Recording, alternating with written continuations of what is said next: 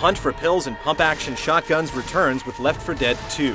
The original was a runaway hit, benefiting from the trend of zombie mania that persists today. But the second is looking a little more controversial, following up its predecessor's 28 weeks later premise after a mere 12 months. The face of the zombie shooter niche has certainly changed, but has it changed enough?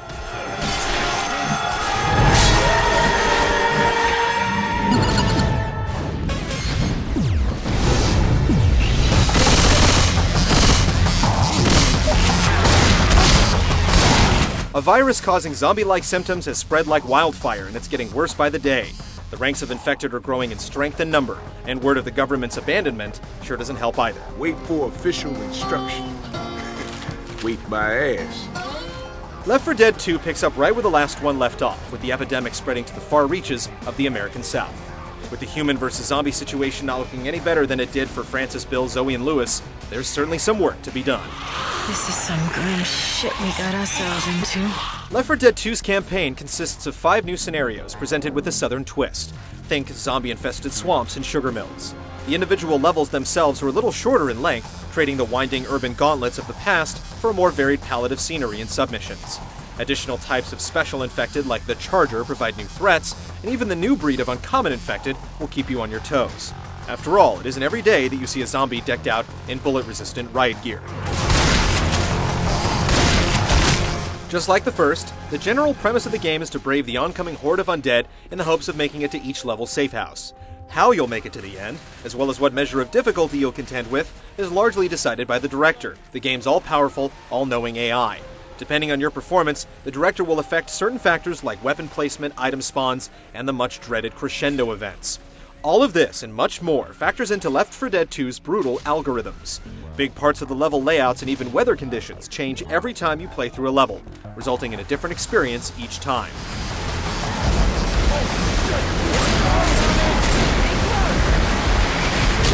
Left 4 Dead 2 handles its tense finales in ways that deviate a good deal from the typical zombie swarm standoffs of the first game. Without ruining the surprise, these revamped climaxes will place you in some truly perilous situations, resulting in complex, varied encounters that feel truly rewarding, especially on the higher difficulties. If you're bored of the game's original 3 modes, you have 2 new ones to delve into.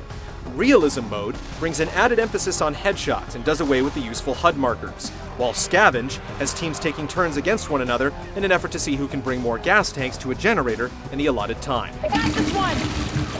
Reloading. Left 4 Dead 2's new features carry weight, and the additional modes add even more substance to the game's already strong online presence. The central campaign is great, if a bit familiar, though additions like the new Infected and variable level paths keep things feeling unique. You'll invest a few good hours into clearing the entire campaign, with more sure to follow if you dig the addictive online play. Y'all know you shot me, right?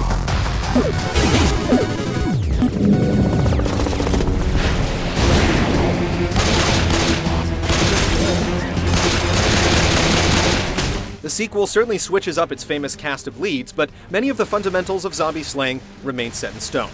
Your standard loadout revolves around a primary firearm, a secondary weapon, and a small collection of tools like first aid kits and pipe bombs. What's new comes in sheer content. There's a silenced SMG to pepper up foes with, boomer bile to spray on moving targets, and a life-giving defibrillator kit, among other new gizmos and gadgets to deck out your personal arsenal.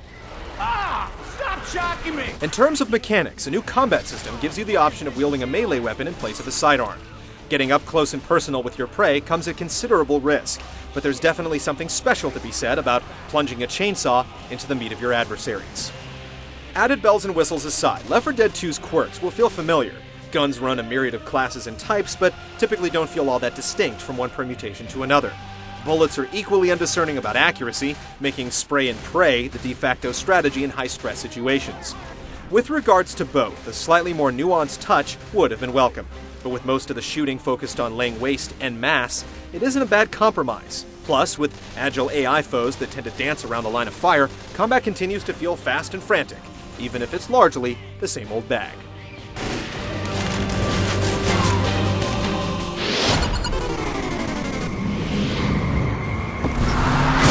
We gotta shut that clown up. Left 4 Dead 2's source-powered graphics continue to churn out plenty of pretty pixels. Valve's vision of the decayed South is host to a number of visually interesting set pieces, as well as a crop of remodeled infected that look more gruesome than ever. Players on the PC will definitely get closer to its truer, grittier look, but the 360 version handles itself very well.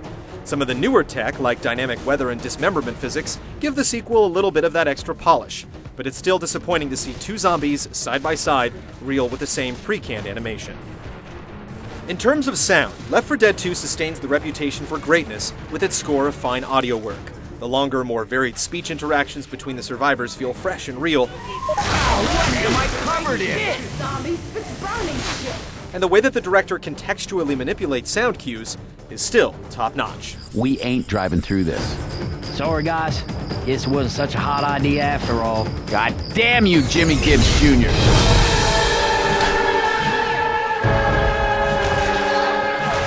Though not an astounding improvement over the original, Left 4 Dead 2 successfully rekindles that magical zombie hunting feeling with great new content and a cool competitive multiplayer mode to boot. It may take some convincing to draw you to its cause, but cooperative team-based shooting is rarely more fun or hectic than this.